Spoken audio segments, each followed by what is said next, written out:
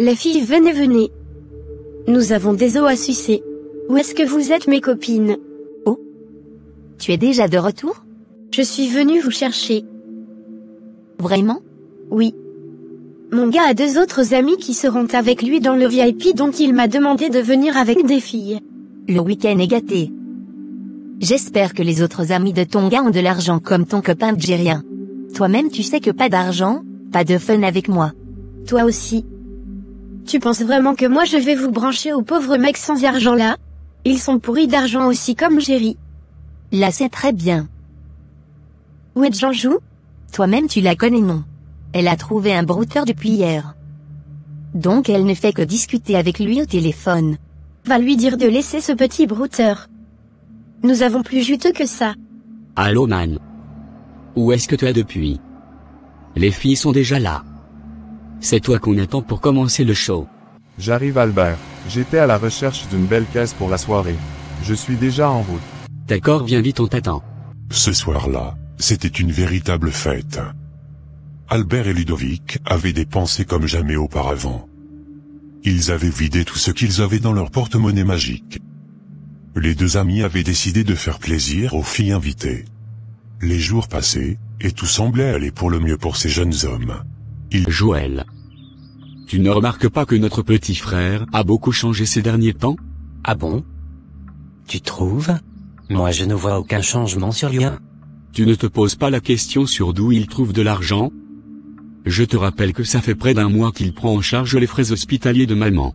Tout ça ne te dit rien? Moi je ne vois aucun problème. Il fait la compagnie d'un jeune Richard. Donc c'est normal qu'il ait de l'argent. Tu t'entends parler? Moi-même j'aimerais bien faire la compagnie de son ami Jerry là. Réfléchis un peu et réagis comme une personne âgée. On doit l'interpeller, pour qu'il nous explique ce qu'il fait pour avoir de l'argent. Parce que moi je n'aimerais pas prendre de l'argent souillé dans mes mains.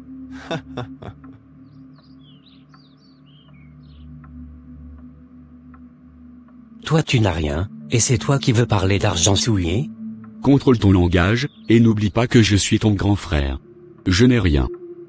Mais j'ai une dignité. Je ne suis pas né riche, mais je vais le devenir.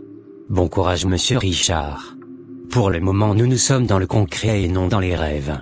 Je ne te permets pas de me parler comme ça. Qu'est-ce qu'il y a? Pourquoi vous vous chamaillez tous les 2? Papa, je m'inquiète pour notre Benjamin. Mais Joël ne veut pas me comprendre. Toi-même tu vois comment Ludovic dépense de l'argent à l'hôpital, et à la maison ces derniers temps, n'est-ce pas? Il loue des véhicules de luxe, et les change presque chaque jour. Son style vestimentaire a changé. Il m'a dit qu'il fait du business avec son ami Jerry maintenant, et qu'il a de l'argent. Je ne vois aucun mal avec ça. Il est même en train de m'aider à acquérir quelques hectares de terres cultivables. Et il m'a promis m'aider dans le financement de mon projet agricole. Au moins avec l'agriculture je vais me refaire. Je ne suis pas contre tes projets papa. Mais je trouve qu'il y a même son changement trop brusque. Personne ne gagne de l'argent aussi rapidement comme ça, sans qu'on ne sache réellement la source.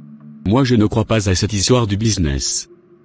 Il faut qu'il nous explique clairement ce qu'il fait. Peut-être que notre frère est devenu un arnaqueur ou un brigand. Ah? Ne dis pas de telles choses sur mon garçon. Ce n'est pas parce que toi tu es incapable d'avoir de l'argent, que tu auras de mauvaises intentions sur ton frère.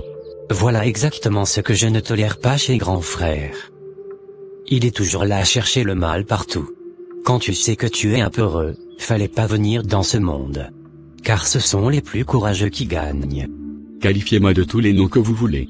Je vous aurais prévenu. Mais pourquoi tu me conduis ici, Ludovic? J'ai une surprise à vous faire, toi et grand frère Ken. Surprise de quoi? J'aimerais vous acheter une voiture pour que vous continuiez votre taxi. Vraiment? Oui, allons-y, tu la verras. Mais ce n'est pas une voiture neuve. C'est juste pour faire le taxi. Monsieur. La voiture que vous avez choisie n'est pas mal. Mais je vais vous conseiller de prendre la seconde. Car son moteur est plus en forme. Je n'ai pas l'argent de la voiture que vous me proposez. Je n'ai que 2500 $. Vous allez juste compléter 1000 $ pour prendre celle-ci. Et vous aurez moins de risques de panne dans le futur. Je vous rappelle que ce sont des voitures d'occasion. Non, je ne peux pas payer la voiture dont vous parlez. Mon frère. Le gars a raison. La voiture qu'il nous propose est plus en forme que celle que tu avais choisie. Même si tu n'as pas la totalité de l'argent aujourd'hui, on peut garder l'argent d'abord. Quand on en aura suffisamment, on pourra revenir pour faire notre achat. Ok, moi je vais vous remettre ce que j'ai, et dans la semaine on viendra compléter le reste pour prendre la voiture. Ok, ça marche. Je ne peux que remercier Dieu. Grâce à mon fils, j'ai pu augmenter mon capital de commerce. Tout le monde me respecte maintenant, parce que ma boutique est parmi les plus grandes. C'est vraiment bon d'avoir des enfants qui savent profiter de leurs relations. S'il vous plaît madame. Est-ce que je peux avoir un produit contre la migraine? D'accord, j'arrive. Jésus-Christ. Mais qu'est-ce qu'il y a madame? Êtes-vous un chrétien? Je ne vois pas le rapport avec le médicament que je suis venu acheter. Monsieur. Vous devez être très éveillé, et beaucoup prier. Parce que l'esprit de mort rôde autour de vous. Je vais vous conseiller d'arrêter de prendre des transports communs ou carrément éviter d'aller à voiture cette semaine. Et pourquoi? Je n'ai même pas de voiture. Je ne sais pas comment vous l'expliquer, mais écoutez ce que je vous dis. Que le Seigneur soit avec vous. Et n'oubliez pas de beaucoup prier. Assez. Je suis fatigué de vos histoires mystiques. Donnez-moi mon médicament pour que je m'en aille. Ok. J'ai une très bonne nouvelle à t'annoncer mon frère. Ah bon? Parle-moi. Ludovic vient de nous offrir une voiture d'occasion, pour recommencer avec notre taxi. Quoi? Je t'avais déjà dit que je n'aimerais rien venant de sa part tant que je ne comprends pas d'où vient son argent. Il peut prendre soin de sa maman, et de son père. C'est de son droit. Mais moi je ne veux pas son aide. Mais pourquoi tu es si compliqué et rabat-joie grand frère? Encourageons au moins ce que notre petit frère fait. Ton comportement n'est pas loin de celui d'un sorcier. J'ai dit que je ne veux pas. Où est le problème? Reste là avec ta mentalité sournoise. J'irai voir papa. Il me suivra pour aller tester l'état de la voiture. De ta voiture. Pas la mienne. Ce n'est pas vrai. Les deux sont morts automatiquement. Quel drame. Ils sont déjà de retour ou quoi? D'ailleurs pourquoi ils sonnent? Un policier? Bonjour monsieur. Êtes-vous monsieur Ken, le fils de monsieur Coffey? Oui, c'est moi. Y a-t-il un souci? Je suis venu vous informer de l'accident de vos proches. De qui vous parlez? Votre père et votre frère ont fait un accident grave de circulation tout à l'heure. Quoi? Ce n'est pas vrai. Mais où est-ce qu'ils sont? Dans quel hôpital vous les avez amenés? J'espère qu'ils ne sont pas trop blessés. Ils sont décédés. Quoi? Je refuse. Ils ne peuvent pas mourir facilement comme ça. C'est malheureusement le cas. Je suis foutu. Triste nouvelle. Monsieur Coffey et son fils Joël ont perdu la vie dans un tragique accident de la route. Cette catastrophe a plongé Ken dans un profond désespoir, anéantissant tout espoir de vie en lui. Abattu et dévasté, il ne savait plus comment avancer. Quant à leur mère, alitée à l'hôpital, elle n'est même pas au courant de cette terrible tragédie qui a frappé sa famille. Bonne arrivée ma sœur. Que me vaut ta visite aujourd'hui? Ça fait des semaines que tu m'avais abandonné. Je ne t'ai pas abandonné. J'étais occupé par mes multiples activités. Je vois. Maintenant qu'est-ce qui t'amène aujourd'hui? Je suis venu te souhaiter mes condoléances. Ah? Qui est mort? Tu n'es pas informé ou quoi? De quoi tu me parles Sarah? De quoi devrais-je être informé? Qu'est-ce que j'ignore? J'ai appris le décès de ton mari et de ton fils Joël ce matin. Quoi? Mon cœur. S'il vous plaît docteur. Ma sœur a une crise. Quoi? Comment va-t-elle médecin? Nous sommes en train de la sauver. Mais vous avez très mal fait de lui annoncer cette mauvaise nouvelle sur son lit d'hôpital. Vous voulez tuer votre sœur? Si le pire arrive, vous serez en partie responsable. Qu'est-ce qu'on doit faire pour qu'elle aille mieux médecin? Je vais reprendre la prise en charge de ses soins. Vous n'en avez plus besoin. Car son fils Ludovic prend déjà tout en charge et très bien même. Ah bon? De quel Ludovic vous parlez? N'est-ce pas votre neveu? Moi je n'ai pas assez de temps. Je dois retourner voir mes patients. Mais je vous interdis d'aller encore stresser votre sœur. Car elle se repose. Ok. Où est-ce que ce jeune homme a pu trouver de l'argent? Si ses grands frères en sont incapables, ce n'est pas à lui de faire l'exception à leurs règles. Il faut que je me renseigne pour vérifier si c'est vrai. Mais pourquoi tu m'ignores toujours, Janju? Pourtant je t'aime. Qu'est-ce que tu viens de dire? On dirait que je suis en train de devenir sourde. Je t'aime, Janju. Mais il est où? Je ne le vois nulle part. Je te dis que je t'aime. Qu'est-ce que tu me racontes? Mais montre-le-moi. Où est ton amour? Parce que je ne le vois pas. Je ne vois pas l'amour dont tu parles là. Janju. Pardon, va t'occuper de tes tas de fer. Ou bien il n'y a plus de voiture en panne dans ton garage aujourd'hui? Pourquoi tu te comportes toujours comme ça avec moi? Hein? N'est-ce pas à cause de ces jeunes arnaqueurs-là que tu ne me calcules plus? Quelqu'un t'en empêche, toi? Au moins ils savent ce que c'est que l'amour. Parce qu'ils te donnent de l'argent, n'est-ce pas? C'est comme ça que tu reconnais l'amour ou bien? Pardon, je n'ai pas le temps de parler avec un pauvre sans avenir. Pourquoi tu me fais ça? Bonne journée. Viens, suis-moi. Ah? Qu'est-ce que je vois comme ça? Tu viens à la maison avec une fille? Qu'est-ce qu'il y a? J'ai fait quoi de mal en venant à la maison avec ma copine? Je dois te parler. J'ai une très mauvaise nouvelle à t'annoncer. L'heure est grave. Qu'est-ce qu'il y a encore? Hein? N'est-ce pas toi-même qui m'avais dit que tu n'as plus rien à faire avec moi? Pourquoi tu veux me parler? Allons-y, chérie. Ne calcule pas mon frère. C'est un frustré. Je te parle au sérieux, mon frère. Papa et Joël sont décédés depuis hier. Quoi? Je pense que je vais rentrer, Ludovic. Bonne journée. Sors d'ici. Au revoir. Comment c'était arrivé? Nia nia nia. Ça fait combien de jours que tu n'es plus rentré à la maison? Comment veux-tu être informé de ce qui se passe? Je suis désolé. Qu'est-ce qui leur est arrivé? Ils ont fait un accident avec la voiture que tu as achetée à Joe. Maman, je vais sortir pour faire quelques courses rapidement. D'accord, mon fils. Mais tu ne m'as pas encore remis mon argent du jour. C'est sur ta table, maman. Je ne peux pas manquer de le faire. D'accord, mon fils adoré. Bonjour madame. Qu'est-ce qu'il y a, Joséphine? Qu'est-ce que tu fais chez moi à la maison? À qui as-tu laissé ma boutique? Il n'y a plus de boutique madame. De quoi parles-tu? Il n'y a plus de boutique comment? Notre boutique a pris feu. Tout est parti en fumée. Mon Dieu. Patronne. Qu'est-ce que vous avez? Les drames semblaient s'enchaîner sans répit. Après l'accident tragique des parents de Ludovic, c'était au tour de la boutique de la mère d'Albert d'être ravagée par un incendie dévastateur. Face à ces catastrophes successives, Ludovic et Albert, submergés par l'angoisse, décidèrent de se confier à leur ami Jerry, espérant trouver une lueur d'espoir, et une solution pour sortir de ce cauchemar. Qu'est-ce qui ne va pas, mes confrères? Pourquoi vous êtes si triste? Qu'est-ce qu'il y a? J'ai perdu mon père et mon frère. Vraiment?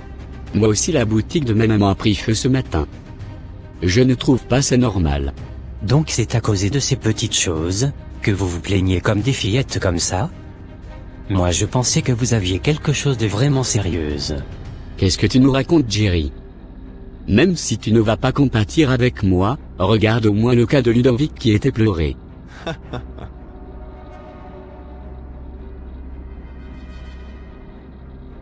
Est-ce que vous venez compatir avec moi, quand moi je perds mes proches? Je perds au moins un membre de ma famille, ou un proche chaque 21 du mois. Mais je ne me suis jamais plaint auprès de vous. Attends, qu'est-ce que tu veux nous faire comprendre par ce que tu viens de dire? Tu veux nous faire comprendre que tout ce qui se passe actuellement est lié à notre portefeuille magique? Ah? Mais bien sûr. Vous ne savez pas? Chaque 21 du mois il y aura toujours un drame dans votre vie. Pas forcément la mort mais quelque chose d'imprévu mais dramatique. Quoi? Mais il n'y avait pas ces conditions au départ. Pourquoi c'est maintenant qu'on l'apprend? Tu nous avais pas dit toutes les vérités, Jerry. Tu nous avais menti. Pardon? Est-ce moi qui vous avais obligé à faire ce choix? N'est-ce pas vous-même qui voulez faire ce que je fais? Écoutez-moi bien. Moi aussi je ne sais pas pourquoi les drames arrivent souvent. J'ai juste pris le temps d'analyser ce qui se passe dans ma vie, pour en tirer une conclusion. Le marabout ne m'avait rien dit à ce sujet, et je ne lui avais rien demandé non plus. C'est l'argent que je veux. Et tant que moi je l'ai, ça me va. Tout ce qui se passe, ou se passera autour ne me concerne plus. Mais c'est cruel ce que tu dis. Comment peux-tu être insensible jusqu'à ce point? Tu devrais demander des explications au marabout à ce sujet. Je ne peux pas sacrifier mes orteils et encore créer des drames autour de moi chaque mois. D'ailleurs, il a gâté mon pied. Au lieu de couper un orteil, il en avait coupé tous les 5. Il n'est qu'un menteur. Il t'avait coupé tes orteils, mais tu retrouves tes pieds pour danser à Zonto? Dès que tu reçois l'argent, non? Est-ce que tu avais eu le courage de lui demander la dernière fois pourquoi il t'avait coupé 5 orteils au lieu d'un? Tu en es incapable parce que tu as déjà trouvé l'argent et tu ne veux pas le perdre, n'est-ce pas? Alors c'est ainsi que moi aussi je n'ai pas envie de perdre tout ce que j'ai. C'est pourquoi je n'ose jamais le faire moi non plus. Maintenant pour ce qui est du portefeuille magique. Moi je n'avais pas fait la même chose que vous. Pour moi est bien différent. Moi j'avais fait le choix d'avoir tout mon argent immédiatement. C'est d'ailleurs la raison pour laquelle je suis plus riche que vous, et que j'ai la possibilité de posséder des biens, et en plus je ne suis pas contraint de dépenser tout mon argent chaque jour. Ce qui n'est pas votre cas. C'est peut-être pour cette raison, que moi j'ai plus de drame que vous. Qui sait? Peut-être que ce qui vous arrive est juste naturel. Ça n'a rien à voir avec les génies. Donc ne m'accusez pas trop. J'espère vraiment que ce sera le cas. Sinon je ne pourrai pas vivre en ayant ce poids sur ma conscience. Tu veux aussi t'ôter la vie ou quoi? Tu as déjà fait ton choix de vie. Il faudra assumer même si tu en es le coupable. Je vous rappelle quand même que vous avez de l'argent à dépenser aujourd'hui avant 0 heure. Allez vite le faire. Ou bien voulez-vous qu'on invite les filles pour sortir aujourd'hui? Je ne suis pas intéressé par tout ça. Moi je pense qu'on doit retourner voir le marabout pour mieux comprendre ce qui se passe.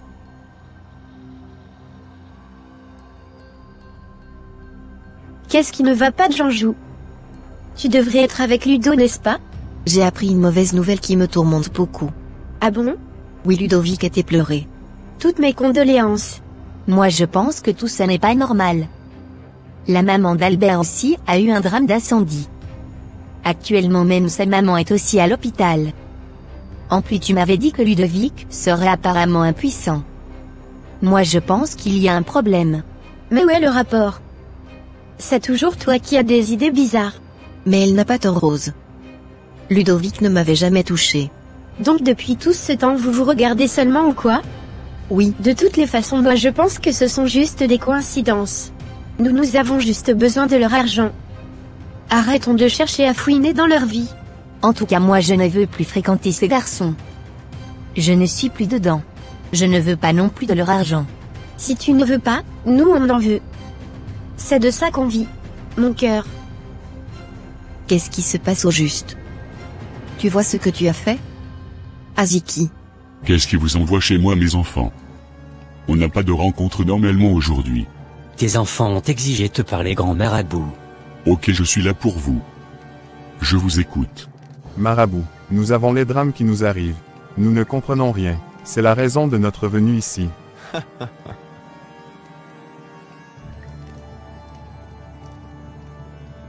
Tout d'abord, laissez-moi vous informer que les génies sont fâchés contre vous. Car vous les avez désobéis. Vous avez même la chance d'être venu ici aujourd'hui.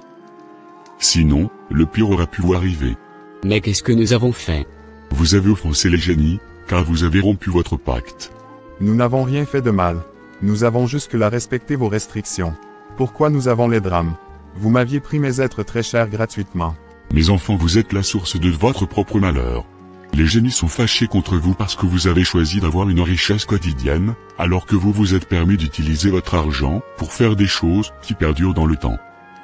Et ça, c'est très grave. Par exemple, Albert, tu remets de l'argent à ta mère chaque jour, n'est-ce pas? Oui, marabout. Mais où est le rapport? Sais-tu ce que ta maman fait avec cet argent? Elle dépose une partie en banque et elle investit une partie dans son commerce. C'est contraire aux consignes que les génies t'avaient données. Mais ce n'est pas moi qui l'ai fait. Et vous aviez dit que nous avons le droit de dépenser notre argent comme nous voulons. N'est-ce pas? Tu es vraiment en tort, mon fils. Cherchez plutôt à arranger votre situation. Dans un autre côté, Tu as dépensé ton propre argent après 24 heures. C'est un danger. Je n'ai jamais mangé dans votre argent après 24 heures. Ce n'est pas moi qui le dis, mon frère. Ce sont les génies eux-mêmes qui le témoignent. C'est quoi cette histoire? Et moi, qu'est-ce que j'ai fait? Tu as aussi fait la même chose, mon cher. Tu as utilisé ton argent pour soigner ta maman sur plusieurs jours, et tu as aussi utilisé le même argent pour investir dans les projets de ton père et de ton frère. C'est très grave. Car les génies t'avaient interdit tout ça. Donc c'est pour ça que vous avez tué mes proches. C'est méchant. Ce n'est pas moi, ce sont les génies qui l'ont fait. Maintenant, qu'est-ce qu'on pourra faire pour que le mal ne continue plus? Moi, je suis déjà habitué au drame. Mais mes amis ne le sont pas. S'il vous plaît, aidez-nous. Je vais consulter les génies, voir ce qu'ils diront. Quelles sont donc les nouvelles? Les génies ne veulent aucune autre excuse. Vous devez faire des sacrifices. Encore de sacrifices. Moi je ne veux plus me faire charcuter. Pensez-vous que c'est de l'amusement? Vous allez tout perdre, et même votre vie si vous ne faites pas ce que les génies veulent de vous. Est-ce que je suis aussi concerné? Marabout. Non. Toi tu n'es pas dedans. Les génies sont en paix avec toi. D'ailleurs, ils viennent de prendre ton sacrifice de fin du mois. Ils ont pris qui encore? Ils ont pris ta copine. D'accord. Vous avez sacrifié Rose. Vous devez aussi faire la même chose. Vos copines aussi seront sacrifiées comme celle de Jerry. En plus de ça, les génies réclament le sang de vos mamans. D'ailleurs, à l'heure où nous parlons, ta maman n'est plus. Albert. Il ne reste que ta copine, et c'est fini. Vous serez pardonné. Ma mère a fait quoi? Quel argent nous avons eu, et qui est suivi de tant de chagrin. Toutes mes condoléances à vous. Qu'est-ce que tu penses qu'on devra faire maintenant? Moi je ne suis pas prêt pour sacrifier ma maman dans cette histoire. Ce marabout m'a déjà pris tout ce qui me reste. Mais il ne va pas s'en sortir aussi facilement. Oui, tu as raison. Ils sont juste des criminels lui, et ses soi-disant génies. J'ai une idée. À quoi tu penses donc? On va rendre visite à lui, et à ses génies assassins ce soir même. Qu'est-ce qu'on ira faire là-bas? Je ne veux pas mourir, hein. Donc tu préfères que ta maman meure aussi? J'ai déjà reçu la confirmation que ma mère n'est plus. Et moi je vais me venger à tout prix. Qu'est-ce que vous faites chez moi avec des coupes-coupes? Tu iras rejoindre tes génies assassins, là où ils sont. Albert et Ludovic viennent de décapiter le vieux marabout et ont détruit tous ses fétiches pensant qu'ils auraient réussi leur vengeance. Mais le combat n'était pas charnel, mais plutôt spirituel. Ils venaient d'aggraver leur situation. Les génies se sont retournés contre eux. Mais qu'est-ce qu'on vient de faire? On a rendu justice à nos chers regrettés. J'ai un mauvais pressentiment.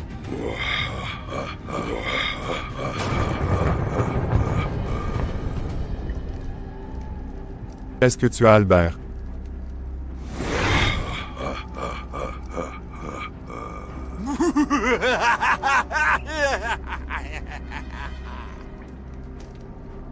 Les génies ont pris également la vie d'Albert.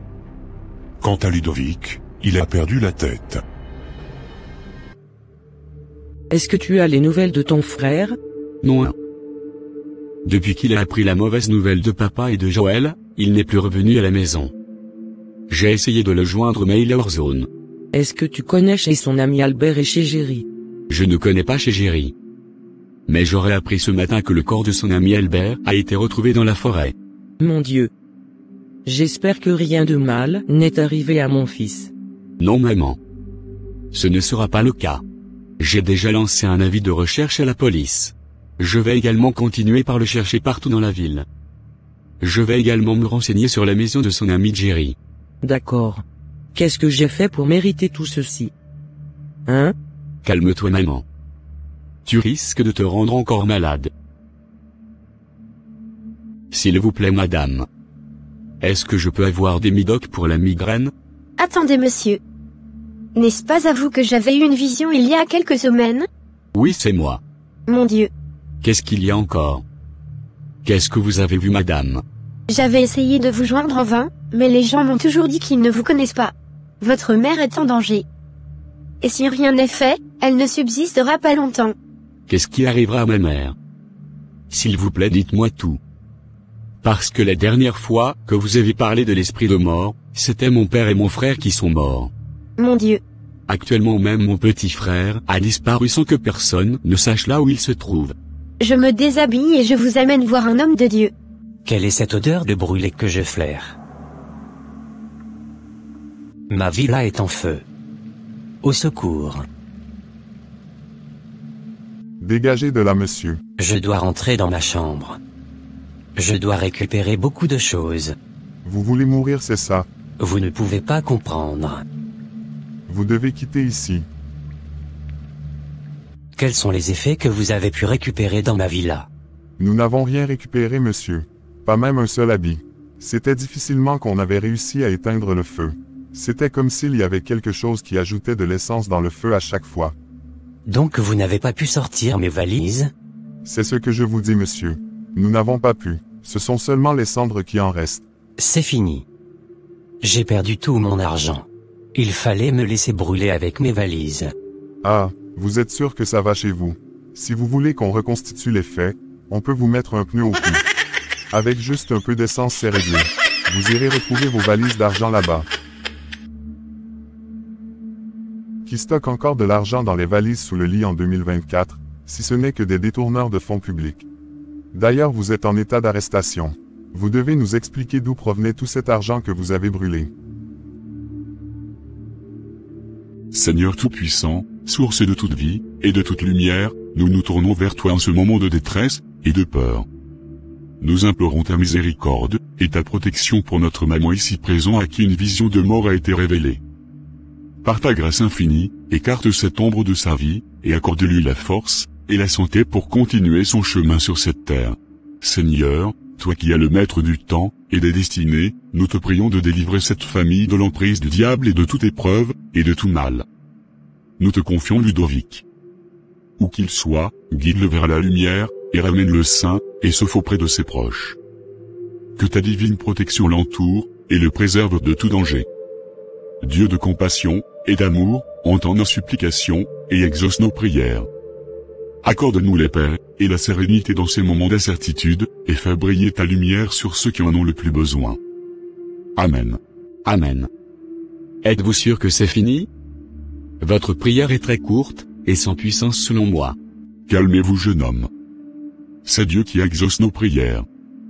Rien ne se fait par notre propre force, et il ne sert à rien de réciter tout un roman. Dieu n'est pas sourd. En tout cas, moi je veux juste retrouver mon fils. Même si je vais mourir, ce n'est pas grave. Je suis fatigué de tout. J'espère que la prière s'était bien passée. Il y a quelqu'un qui veut vous parler. D'accord. Ludovic? Pardonnez-moi. On va te pardonner pourquoi? Qu'est-ce que tu as fait de mal? Regarde comment tu es sale, et sans chaussures. D'ailleurs, d'où viens-tu comme ça? Je suis vraiment désolé pour tout le mal que j'avais pu causer à cette famille. De quoi il parle même? Je n'en ai aucune idée, maman. Votre fils était fou. Quoi? Comment est-ce possible? Il doit avoir une confession à vous faire. J'avais signé un pacte avec les génies pour avoir de l'argent par un portefeuille magique chaque jour. C'est avec cet argent que je payais tes soins, maman. C'est également avec cet argent que j'avais aidé papa et grand frère Joël. C'est à cause des conséquences de mes actes que papa et Joël sont morts. C'est de ma faute tout ce qui arrive. Mais comment tu peux faire une telle chose? C'était toi le démon de notre famille. Tu es maudit. Pourquoi tu fais cela, mon fils? Fallait me laisser mourir seul de ma maladie. Regarde tous les dégâts que tu as causés. Pardonnez-moi s'il vous plaît. Ferme vite ta bouche là-bas. Tu aurais pu me tuer aussi dans cette affaire si je n'étais pas compliqué de caractère. C'est plutôt Dieu qui vous avait sauvé. Ce n'était pas à cause de votre caractère. Le moment n'est pas pour juger, mais pour la repentance, et le pardon car le mal était déjà fait. Si vous vous mettez encore en colère, ça ne fera qu'aggraver les choses. Remerciez le Seigneur pour ce qu'il a fait et apprenons tous de cette erreur pour un avenir meilleur. Qu'est-ce qui t'amène me voir, ma sœur? Je suis venu demander votre aide. Je n'ai plus rien à manger, moi et mes enfants. S'il te plaît, ma sœur, donne-nous un peu de quoi manger. Ah. Qu'est-ce qui t'arrive? Comment peux-tu me supplier pour la nourriture? Rentre dans la cuisine et prends ce qu'il faudra pour toi et tes enfants. Merci beaucoup. D'ailleurs, pourquoi ne viens-tu pas rester ici avec moi vu que tes activités ne marchent plus? Viens rester ici avec nous. J'ai honte à cause de tout ce que j'avais fait par le passé. C'est déjà le passé. Je me dis toujours que si j'avais bien pris soin de toi et de tes enfants, peut-être que Ludovic ne ferait pas cette erreur. J'en suis vraiment coupable. J'avais pourtant beaucoup d'argent en ce moment pour vous aider. J'ai dit que c'est bon. Oublions le passé. Nous voici à la fin de notre animation sur le portefeuille magique. Cette histoire tragique de Ludovic, Albert, et leur famille nous rappelle une vérité fondamentale, car l'amour de l'argent est une racine de tous les maux. Et quelques-uns, en le convoitant, se sont égarés loin de la foi et se sont transpercés eux-mêmes de beaucoup de douleurs. À travers cette histoire, nous avons vu comment la quête du gain facile peut mener à la destruction. Le recours à des pratiques occultes pour obtenir de l'argent peut sembler une solution rapide aux problèmes financiers, mais les conséquences sont souvent désastreuses. Le paresseux convoite et n'a rien, mais les désirs des diligents sont pleinement satisfaits. Le travail honnête et persévérant est toujours récompensé à long terme. L'Éternel ne regarde pas à ce que l'homme regarde. L'homme regarde à ce qui frappe les yeux, mais l'Éternel regarde au cœur. La jeunesse. Ne laissez pas les illusions de richesse et de succès sur les réseaux sociaux vous tromper. Le travail honnête et persévérant est toujours récompensé à long terme. Mes chers parents, soyez à l'écoute de vos enfants et de leurs préoccupations. Le manque de communication et de soutien familial peut pousser les jeunes vers des chemins dangereux. Enseignez-leur l'importance de la foi, du travail et de l'honnêteté. Soyez conscients de ce que vos enfants consomment sur les réseaux sociaux et discutez avec eux des réalités et des dangers des faux semblants en ligne. S'il vous plaît, il n'y a pas de raccourci vers le succès durable. La véritable richesse vient de Dieu et se manifeste par une vie de foi, de travail et d'intégrité. La jeunesse doit s'inspirer de cet enseignement pour construire une vie solide et honnête, résistant aux tentations du gain facile. Nous espérons que cette animation vous a touché et vous a fait réfléchir. Partagez vos réflexions et vos commentaires ci-dessous. Soyons vigilants et guidons nos vies selon les principes de Dieu. Que Dieu vous bénisse et vous guide toujours dans le droit chemin. À très bientôt.